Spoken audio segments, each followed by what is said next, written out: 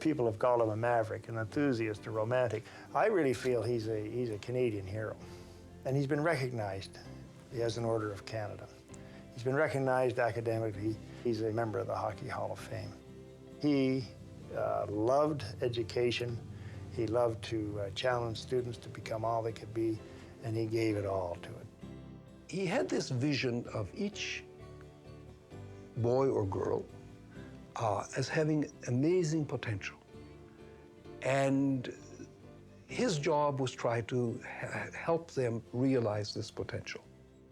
There is always that fleeting idealism of a boy or a girl. I say fleeting because if you catch it at the right moment, you can sweep it on to great, great achievement. James Athol Murray devoted his entire life to the nation's youth. He believed through the grace of God, his imagination, and the force of his will, he could accomplish anything. Out of the dust of the Great Depression, he created what became known as the Miracle College of the Prairies, inspiring and educating hundreds of young men and women who simply could not afford an education. Today, the Athol Murray College of Notre Dame is one of Canada's illustrious residential schools and a national historic site. And there are thousands of Canadians dedicated to the legacy of the man known as Pere.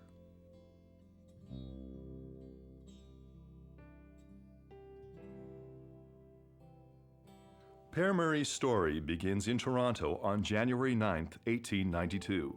His father was a prominent Presbyterian merchant, his mother a devout Catholic, a wealthy family that would be torn apart by tragedy. His mother died when he was 4, and he went to a Presbyterian great aunt in Nova Scotia, and his brothers went with uncles and aunts in southern Ontario. The loss of his mother marked the beginning of Athol Murray's immersion into the history and culture of French Canada. His formal education was entrusted to Quebec's missionaries, the Jesuits and Oblates, and his young summers were spent canoeing rivers that carried the first missionaries to their martyrdom. They were heroes to him. They could do it, I could do it, that kind of thing. So he had that sense of an informal education. He said, I grew up with the idea that we're born to be heroes. To complete his education, James Murray sent his son to Quebec's finest schools and universities. It's the same as Trudeau had, it's the same as Lévesque had. People like that, they had a Bouchard, they all had a French classical education, you know, so they're all pretty good public speakers. Athol Murray was a good public speaker, and he said that's really what his French classical education gave him, the ability to express himself dramatically and get his point across. By the time Athol Murray graduated, he had another set of heroes, the men of Athens, and a passion for what it meant to be a citizen. Pere loved the Greeks and the philosophy of the Greeks and what they meant to society and then to the intellectual community. Athol Murray began his professional life writing for the Toronto Star, but he was soon back in university studying the law, a young man struggling to find confidence and his true calling. He'd been weighing this of becoming a priest, but didn't really think he was a strong enough character to be a priest. Behind the storefront glass of a Toronto bookstore, Athol discovered the Confessions of St. Augustine, a book that would dominate the rest of his life. Well, I stood there reading it in Latin, and I read 2 lines that impressed me very much. First, to him who does what in him lies, God does not deny his grace, will not deny his grace. The other one was, and hovered over me, faithful from afar, thy mercy, Lord. Well, that hit me. A new Catholic seminary on the outskirts of Toronto, St. Augustine's opened its doors to the passionate young man. He was ordained in 1918. 4 years later, he was on a train to Saskatchewan. The young priest's energy and classical French education were needed in Western Canada. Regina's French Archbishop Mathieu wanted a bilingual chancellor to help bridge the growing gap between French and English. So here you are in 1920, you have all the great immigration to Western Canada, but most of it was English. So they had to get someone that could bridge the French and English. Under the careful mentorship of Archbishop Mathieu, Pere began to devote his work to one of the great challenges of his time, religious intolerance. And it was on the young men and women of Regina where Pere focused his energy. And there was a story about a bunch of kids, Protestant kids, who broke into a Catholic church basement and stole a bunch of candy and things. The chancellor at the time, who was moving on, was going to press charges. And Athol Murray, who was the new chancellor, he says, "No, you're not." "Oh, I'll get these kids, I'll get them doing something so they haven't got time to be breaking into the church." And so he took them over and got them playing baseball and hockey, and he called them the Argos. When he started his Argo Club in Regina, one of his, he had a number of people. The most famous son of the whole group was Max Bell. Like the majority of his teammates, young Max Bell was a Protestant. For the next 5 years, Pere Murray and his Argos traveled to tournaments across the prairies. But by the summer of 1927, Archbishop Mathieu was gone, and Pere's term as chancellor was over. He wanted to know Athol Murray where he wanted to go, and Athol Murray said, well, he says he didn't want to go back to Toronto. He wanted to go, and he looked around, and there was a parish called St. Augustine's, and St. Augustine was a mentor of his. So he said, well, I'll go to St. Augustine's here in Wilcox, Saskatchewan. It was the perfect place. The Sisters of Charity of St. Louis had already established a high school, and if he could give Providence a little help, there would be room for his Argos. I think he built some bunks in the rectory and got the sisters to let them go to their school. So they really leaned on the sisters for the high school education. The principal of Notre Dame of the Prairies turned out to be the perfect complement for the flamboyant young priest. Mother Edith was a saint, and she's the only person I know in the world that Father Murray was afraid of. She was only about 4'10". She could stop him in his tracks if she didn't like what he was doing. He would sometimes try to break the rules and get them out to play hockey or, you know, let them do something other than go to school. And she fought him on that, you know, every day of her life, it seemed. The Great Depression also followed Pere to Wilcox. The devastation wrought by the drought and the dust threatened his plans for the nation's youth. In 1933, as the Depression really took grip on Western Canada, he says, we can't send these boys out to crush rock and build roads. He says that'll lead nowhere. You're going to keep them busy in intellectual activity until the economic cycle changes. As the drought and depression deepened, so did Pere's vision. He decided to build a liberal arts college in the tiny village of Wilcox. Here it was, you had the worst times imaginable on the prairies. 50 people and their families had left this particular village alone and gone up north because it was so dry and desperate. So here, you've got people are fleeing the area, and Athol Murray is digging in. He felt they were going to become leaders of the province if he get them educated, and so they wouldn't lose this opportunity. He wouldn't lose a generation, and so he really felt a chance to meet the need. To establish a college, Pere would need to win accreditation from a chartered university, build a library, and earn the permission of Regina's new English Archbishop, James McGuigan. He really didn't have support of the local bishop. In a general sense, they had sympathy for the desperation of the times, but in a particular sense, you're going to start a school out there. It's going to, you're going to have debt. You got buildings, you got physical plant to set up. Armed only with his imagination and the force of his will, Pere tackled the seemingly impossible. By early September, 3 universities had turned him down, and the Archbishop had denied his wishes. In the meantime, he wasn't standing still. he was getting the teachers in line. He was giving the students all the enthusiasm. He was telling the Sisters of Charity that they were going to get a university going here, and they were saying, well, what if it doesn't come out? He had them all here because he had nothing else to do anyways. So he was telling them it was all going to come off. He had absolute faith, and this is his real faith. He had absolute faith that he could pull it off.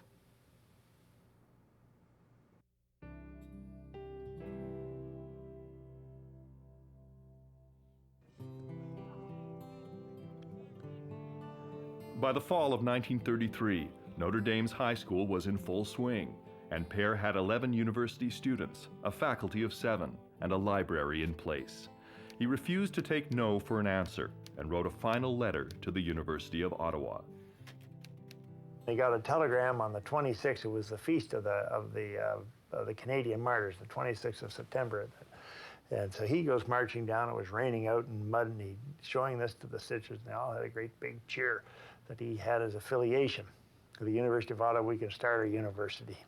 So this is a big red letter day, as he'd call it, in Saskatchewan, in Hereford, Wilcox, Saskatchewan.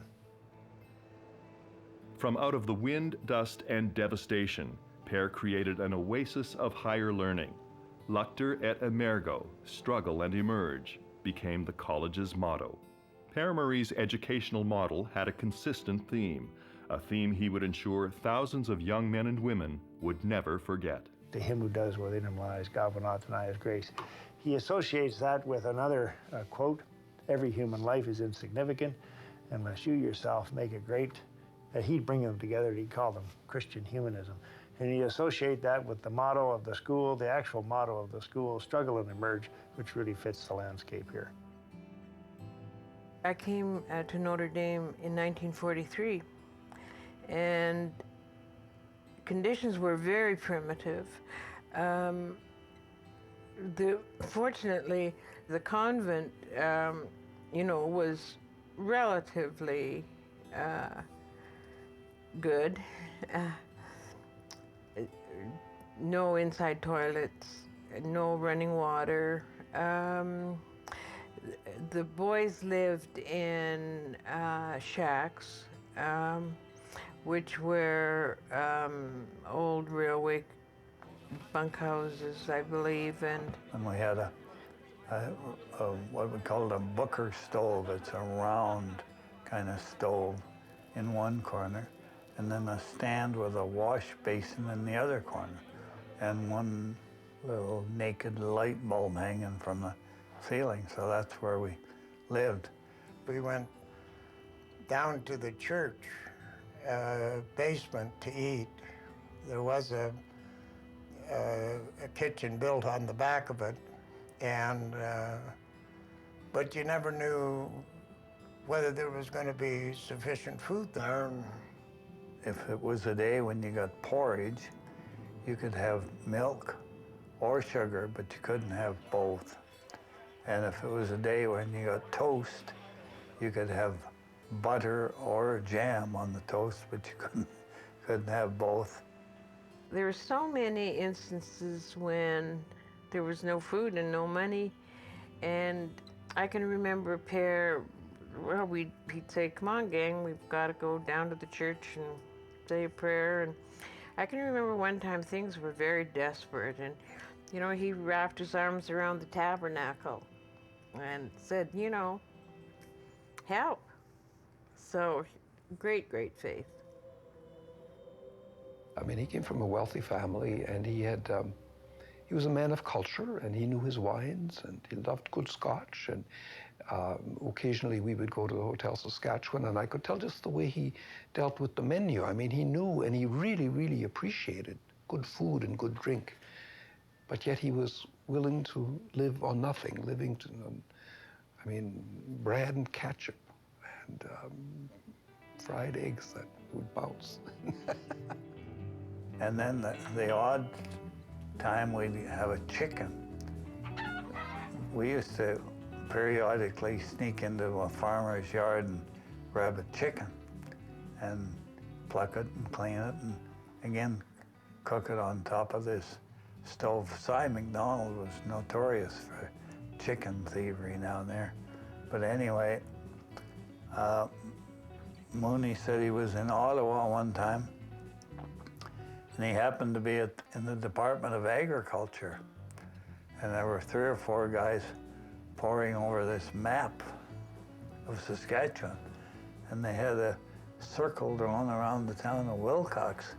And they were trying to figure out why no chickens could survive within this 5-mile radius of Wilcox. The young students thrived despite the Spartan conditions. While food may have been scarce, their imaginations were never left wanting. He's the most influential, most interesting, most dramatic, most effective teacher that I've ever known. And every class we took with him was just another adventure. And with him, it wasn't teaching from the textbook. For example, his way of teaching French was to read the sports page from Le Devoir. And of course, most people being curious about what was going on, they would have to figure out what was being written in the paper. We had a statue of Dionysius. And when he taught the Greeks, he filled it with wine. And everybody would have a glass of wine. When he taught the Industrial Revolution, he would lay on the floor and pretend he was putting in the bolts on the assembly line. He'd take them to the Parliament buildings, and he'd take them to the debates, and he'd take them wherever he would take them into factories, so that they would get an education, informal education, and meet people from all walks of life. When it came to their formal education, his students could never forget his lectures on the classics. And Plato gave us his great philosophy, his diagnosis of how the human mind operates. His great hero was Pericles, because he gave him credit for inventing democracy in Athens. But the interesting thing about it was that he knew these characters intimately, and he knew the background characters and the nuances of history that made them do what they did. And he could explain all this to you. Pere Murray's Miracle College on the Prairies began to make headlines. Maclean's ran a feature on the college, and the American novelist Rex Beach made Pere front-page news in Cosmopolitan and the Saturday Evening Post. During those hungry years before the war, a post-secondary education was still beyond the reach of most young Canadians. Olive Dickinson was a young Métis girl growing up along the trap lines of northern Manitoba. Rex Beach's stories transformed her life. The substance of it was simply this amazing priest who had established this college at Wilcox and was educating, giving kids who otherwise simply didn't stand a chance to complete their education. Kids like me, you see, who had maybe got caught in the Depression, and as soon as Pere heard that, you know, my age, my grade 10 qualifications, and my interest in continuing education, and he said, well, of course I had to continue, and I could come to Notre Dame to do it. I never paid a cent in tuition in all those years that I was at the college. I got my grade 11, my grade 12, and my BA there. I just can't describe to you the feeling when he told me I could come to Notre Dame to complete my education.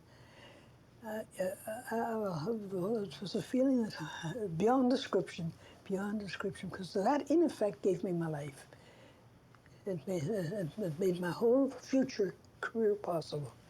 Without that, it would never have happened. Olive Dickinson went on to a distinguished career in journalism.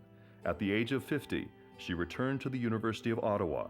Her doctoral thesis, Myth of the Savage, earned her acclaim and the respect of historians around the world. Her second history, Canada's First Nations, documented the country's Aboriginal treaties, and remains an important reference for Canada's Supreme Court.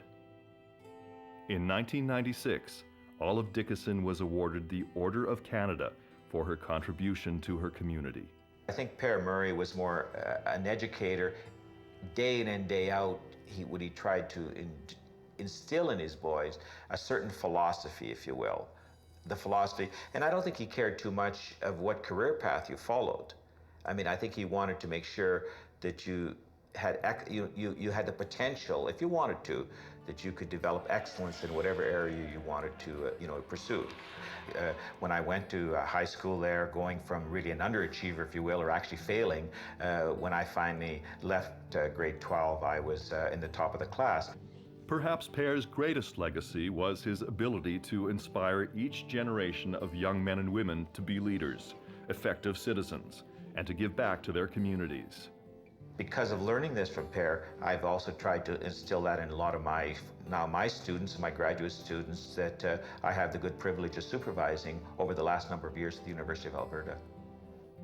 Today, Dr. Ray Rajat heads the University of Alberta's surgical unit.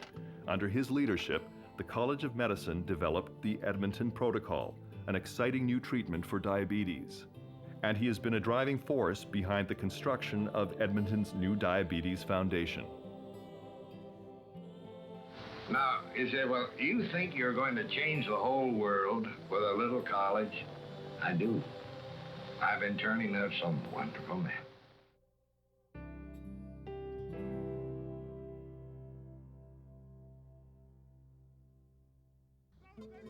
Pere was convinced that sports could bring out the very best in a young man or woman. Lacrosse sticks, football equipment, baseballs, and especially hockey sticks littered the campus. He believed in the Greek philosophy of a balanced education, which included academics and athletics and the spirit. He theorized that there's 3 dimensions to every human being. There's the mind, we got to train the mind. We got to train the body, that's hockey and baseball. And then the third thing was the spirit. Like his original Argos, Pere and his Hounds from Notre Dame barnstormed the Prairie provinces. The success of these ragtag athletic teams from Wilcox is now the stuff of legends. He attended every game, and it was so important to him to have a hockey team that put on an effort, and it was all about effort and trying and never give up and never lose heart and struggle and emerge. Hockey, in a sense, was one of those vehicles, a Canadian cultural vehicle, a very important Canadian cultural vehicle by which students could have growth. We weren't very wealthy, and we didn't have very good equipment, and we didn't travel in great big buses. We didn't travel by train or by plane. We went in the doghouse or we went in a panel truck, and it was difficult. It was very nice to have the doghouse because of the first few years before it was built, we just went in the back of a truck with the tarp over it, 40-degree weather. And then, of course, they got the doghouse, which was quite good. We used to sing songs in there. And we put in thousands and thousands of miles in the doghouse, sing songs. We would laugh, and we would go in terrible weather and blizzards. The Hounds of Notre Dame became a household expression. The young men excelled at hockey in particular. In 1937, 2 brothers, Nick and Don Metz, began what was to become a storied relationship between Notre Dame and the Toronto Maple Leafs. He had written Conn Smythe in the early 30s. He says, we got a couple of boys here. I'm going to send them down to St. Mike's, but you want to get them on your list. Conn Smythe was very appreciative of that and used to send them a couple of $100 a year. You know, we have over 100 and some players that have played in the NHL from this particular school, and not only playing in the NHL, but starring in the NHL. Rod Brendamore is the captain of the Carolina Hurricanes. You know, the Richards and LeCavalier just won big trophies. We've had Courtney Clark. Clark was the captain of the Toronto Maple Leafs. Wendell Clark was the first overall pick in the 1985 amateur draft. Like generations before him, Notre Dame left a lasting impression. Luck to emerge, struggle and emerge. That was the kind of the motto for all the teams in sports, and anything that you strove for. No matter what the outcome was, you were going to give it 100%. And that was the motto that you wanted all the students to live and grow by. Vincent Lecavalier, a Stanley Cup champion with the Tampa Bay Lightning, remembers the lesson found in the adversity of being a young Hound. I had some tough times at Notre Dame. Some days I felt alone. You know, you're 14, you don't have family, you don't have anybody. You have friends, but I mean, you miss home. And I think all the kids that go there do miss home because they're so young. So when you go through adversity, when you're a little bit older, you go back and think, well, you know, maybe if I haven't gone through Notre Dame, maybe I'd have a lot tougher time right now. All Hounds share a special bond, so they sent Vincent a note during the Stanley Cup Finals. Somebody sent us the struggle and merge, and we put it on top of our lockers. There's definitely a lot more motivation just from that. I mean, you're so exhausted, you're so tired, it's so draining. So when we got that, it got us a little extra, you know, an extra little high, and I think it definitely helped us individually for sure. Pere Murray was forever a citizen of the world, and he had an international vision for Canada's role in hockey, a vision that would earn him a place in the Hockey Hall of Fame as a builder. Father Bauer claimed it was sort of something laid on him by Pere, but I think between the two of them, they decided that there should be an Olympic presence of Canada in the hockey world. And so Father Bauer and Pere were talking, and of course Pere made the first donation. In 1998, Terry O'Malley was elected to the International Ice Hockey Hall of Fame. Back in 1964, he was the captain of Canada's national Olympic hockey team. This priest, Father Bauer, says, "I want you all to meet Athol Murray from Notre Dame College." So he yells out, "You're the Canadian bastards," he says, "that are representing Canada." Well, that caught our attention, okay? So off, this kind of startled us. Off came his collar and his shirt, and he gave us an oration on what it means to represent Canada, the flower of youth, and out there battling for the flag and the colors for all of Canada to see and be proud of. So he gave us this long talk. And not only that, at the end of it all, he pulls out of a pocket, he pulls out this check, and the check was for $1,000 to help finance the team because the team didn't have any real deep source of financing. So I looked at him give this to Father Bauer, and Father Bauer had a little tear coming down his cheek. And I said to myself, there must be more to this than meets the eye. Terry O'Malley never forgot his experience at Notre Dame. He would write his master's thesis on the life of Pere Murray. In 1974, he moved his family to Wilcox and spent the next 2 decades teaching and coaching, helping to drive the athletic programs to even higher heights.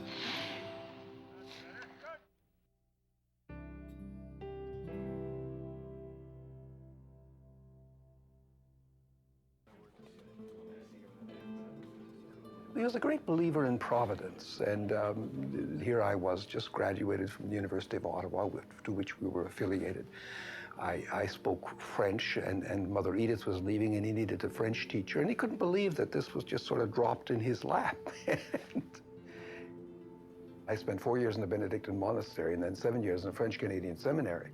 And then suddenly this, it looked like it was a war zone, and I mean, there was so little organization, because it was really the students, the boys, who were the backbone of the organization. The staff there was very, very few people here. Probably had a dozen people on staff. I mean, there was no bookkeeping. He ran everything out of he had a checkbook in his back pocket, and the records kept up absolutely nothing, including student fees. I mean, there was no record of who paid and who didn't pay. Pere Murray had a very different approach towards money. In the midst of the Spartan conditions, he would spend lavishly on objects he hoped would inspire his students onto greatness, and to use that greatness to help others. He constantly talked about the primacy of the spiritual. Values, vision, you know, all of these things, soul, I mean, education. These were the things that were important. The spirit, the notion of what it really means to be a man or a woman, what it means to be part of a community, what it means to have a life that makes sense. He was a very unorthodox, unconventional kind of priest in so many different ways. I mean, he certainly broke the mold. If there's anything that was anathema to Athol Murray, it was clericalism, you know, all of the formality around the dress and the way you behave and the way you were treated and entitlements and things like that. He was always telling me, don't trust a clergyman that rubs his hands. I've always resisted doing that. He was what you'd maybe call a man's man. He smoked, he drank, he swore. He had, you know, habits that maybe a more reserved person might think were not appropriate for a Catholic priest. He loved a scotch, and he wouldn't drink by himself, but if you came into his office, he would pour you a glass of scotch, and he would reach down to the radiator and turn the radiator water on and hand you the glass. The glasses here are all stained because the water here is such hard water that it's all white and stained, and of course you probably get some flies in it. The bastard was a favorite word of his, and he made no bones about it. Everybody knew it, and we all loved to be called a little bastard, you know. That meant he had an affection for us. When he'd walk into a room, and the first thing he'd do is use a little vulgarity. To call somebody a bastard so that it was loud enough for everybody to hear. And everybody would soon know that Pere Murray was here. And everybody knew that he was going to be the guest speaker, and they loved that. The other part of his character that so many of us, I think, recognized was his ultimate charity. He owned nothing. He wanted nothing. He gave up absolutely everything. He put up with absolutely everything, and lived in unbelievable circumstances. Nothing for himself. Everything for everybody else. He would get $100 from somebody. And, you know, in those days, $100 was quite a bit of money. So we're all starving to death, and we don't have any coal, and we don't have anything. And he'd see 2 or 3 kids that came from nowhere, and he'd grab them, get a driver and get them in one of the college trucks, run them into Regina, buy him the best meal he could find at Champ's restaurant. So you'd question them on, you know, why would you do that? Well, these kids got nothing. They've got nothing to look forward to. But you give them a little taste of the good life, then they'll aspire to it. Another time, there was another chap by the name of Joe Walsh in Regina. He was a businessman, and he got on hard times, and he didn't have a family. And so one day, Pere brought him out to Wilcox, took him to Lane Hall, took him upstairs, gave him a room with a bed, and from that day on, Pere slept on his own Chesterfield. And the man had that Pere's room. And that's the way he treated people. Pere Murray was such a colorful character. His life as a man of God was often overshadowed. Well, he was very, very spiritual, Pere. And if you went to Mass on Sunday, you couldn't help but be amazed at his spirituality and his holiness. And that part was important. But it wasn't only important for Catholics. It was important for non-Catholics as well. For example, he insisted that the Protestant boys, or the non-Catholic boys, go to their church on Sunday. And he would take a Jewish boy into the synagogue on Saturday night. Pere Murray's approach to religious intolerance was always ahead of his time. Long before Vatican II, he had begun his own ecumenical movement. Father Murray wanted to have a tower on the church which would recognize the reality of all the world's great religions. There was a lot of consternation because that simply was not done. The compromise was that he could have a tower apart from the church. There's a wall for Islam, there's a wall for the Jewish faith, and there's a wall for Christianity, and another wall for great affirmations about God. Tower of God idea that we have here in the campus, why not expand that to Jerusalem, make Jerusalem an open city, get the religious convictions together, and so they're tolerant, and then things will peacefully move from there. So he thought he could do something about this peace process over in the Middle East. His thought was if he could duplicate the Tower of God in Wilcox, in Jerusalem, recognizing that the Muslim world, the Christian world, the Jewish world, and great leaders throughout history all believe in the same God. That's their common interest. That if you recreated that Tower of God in Jerusalem, and at the base of that Tower of God, you had an international administration that would administrate Jerusalem as an international city, and it would bring these people together. And he said to me, one day, he says, Fred, I want to go over there and see King Faisal and talk about this one. He said, I want you to pay for it. And I said, sure, it's fine. I thought, good. And he kept talking about this to different people about this trip he's going to make, see King Faisal. He was thinking, always focused on the bigger issues. And that's why he wrote world leaders. If there was world events that were of concern, he would write those leaders and often got responses. Yeah, he wrote everyone around the world. No, he from his little village here, he wrote Nasser, he wrote de Gaulle, he wrote Kennedy, he wrote Roosevelt, he wrote Churchill. He wrote them all and got responses from many of them. You see the letters down there. A determined Pere Murray turns the power of his personal correspondence toward the most influential Muslim in the Middle East, King Faisal of Saudi Arabia. We tolerated hearing it, but didn't think anything come of it. So we got this phone call this one day, and they're saying they could have heard him without the phone lines. It was coming from Wilcox. He was so excited, and he had a telegram there from the chief of royal protocol of King Faisal's establishment in Saudi Arabia. The guy whose picture been on Time magazine as Man of the Year, inviting him to come over to see him. Fred Hill and his sons Paul and Danny accompanied Pere on his historic mission. I suggested we should stop in Rome and see the Pope, and maybe inform him what you're doing. For a Catholic priest to be in Saudi Arabia was just an absolute no-no. They wouldn't allow any. And today, to this day, that's pretty much that way. So anyway, Paul VI gave him a nice photograph, colored photograph of himself to give to the king. Pere Murray and his entourage left the Vatican and headed to Riyadh, the capital city of Saudi Arabia, and a meeting with the king. I remember the meeting really well. The king would sit in the middle of the room, and to his left would be the most important person, which was Pere Murray.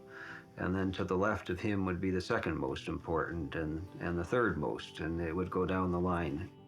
What Father Murray was suggesting he could do, that he could maybe act as a liaison between the king and the Christian people and so on.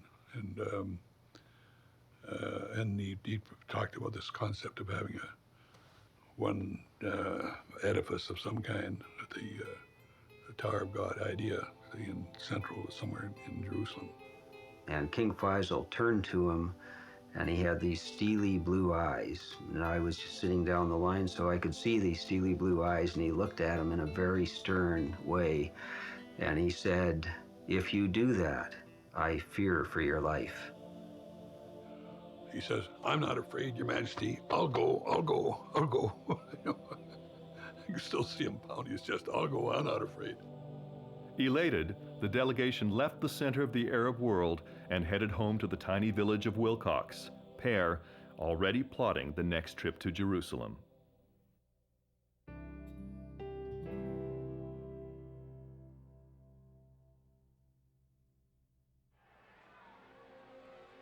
Two weeks after their historic meeting in Saudi Arabia, King Faisal is assassinated. For Pere, it was as if the wind had been blown out of his 83-year-old soul. His health began to fail, and he would never get the chance to complete his noble mission in the Middle East. His devoted hounds rallied to his side. One of the things we tried to do is to put on a banquet to pay tribute to him. Every ticket was sold without any question. And I think there was about 1,300 people there for it. We couldn't get any more in the hall. I think it was the biggest, the largest sit-down dinner ever held in the history of Saskatchewan. And like anybody was there. Pere was not well then. So I leaned down to Pere and I said, "Now, Pere, you all right? You're gonna be able to make it."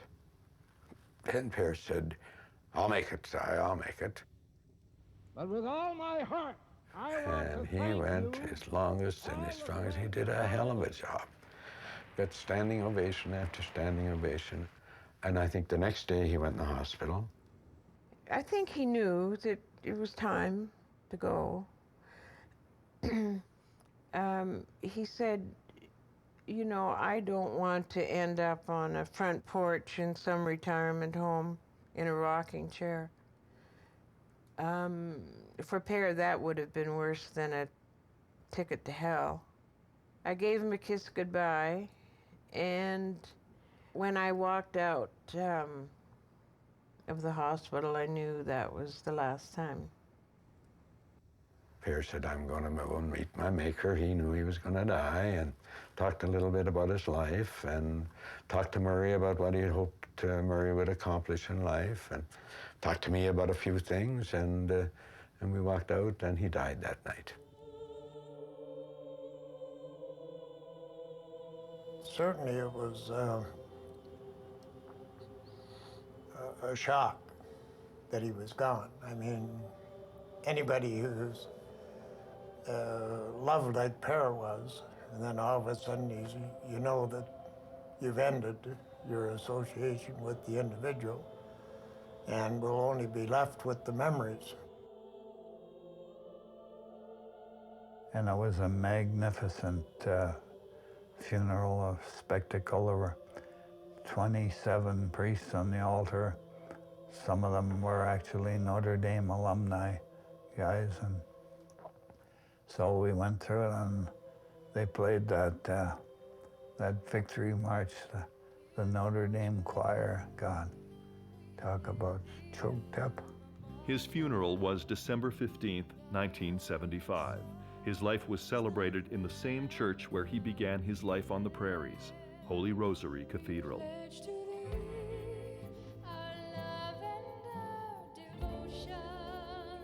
But Pere insisted he be laid to rest alongside St. Augustine's Church in Wilcox, underneath the shadow of his tower to God. The night they buried him, I came back into I remember the Hotel Saskatchewan, one of the board then. He suggested I ought to be the new president. Well, oh yeah, boy, I admit, like dumping a ton of bricks on me, you know. And I finally did accept, and boy, I didn't know where to start. He died with $138 in his bank account, which he then gave on to his border regents and told them, carry on with these high ideals with $138 in his pocket. The rundown shacks and bunkhouses of the Miracle College on the Prairies have long since been replaced by bricks and mortar. Buildings built by men like his original Argo, Max Bell, the young Protestant boy from Regina, and Fred Hill, with the help of thousands of hounds. That initial contact with Max Bell as a young boy, a young man in terms of baseball in the Argo Club, and the fact that he probably kept him from going to jail, that led to Max Bell assisting him in his ideals and his programs down the years. Today, 400 young men and women from around the world attend the Athol Murray College of Notre Dame. Like the generations before them, the goal remains to inspire and help them become leaders, citizens that will go out into the world and make a contribution. Pere Murray was convinced God turned the dust of the Depression into the miracle of Notre Dame. All he ever did was cooperate with God and ask him for his help. He always said, God never let him down. Notre Dame is the result of a dream. Plato used to say, dream your dream, make it a great dream, dream it greatly. Oh, guide our steps and lead us safely onward through all the years with loving care. What though the odds be great or small, old Notre Dame will win over all, while her loyal sons are marching onward to victory. Cheer, cheer for old Notre Dame, wake up the echoes cheering her name. Send a volley cheer on high, shake down the thunder from the sky. What though the odds be great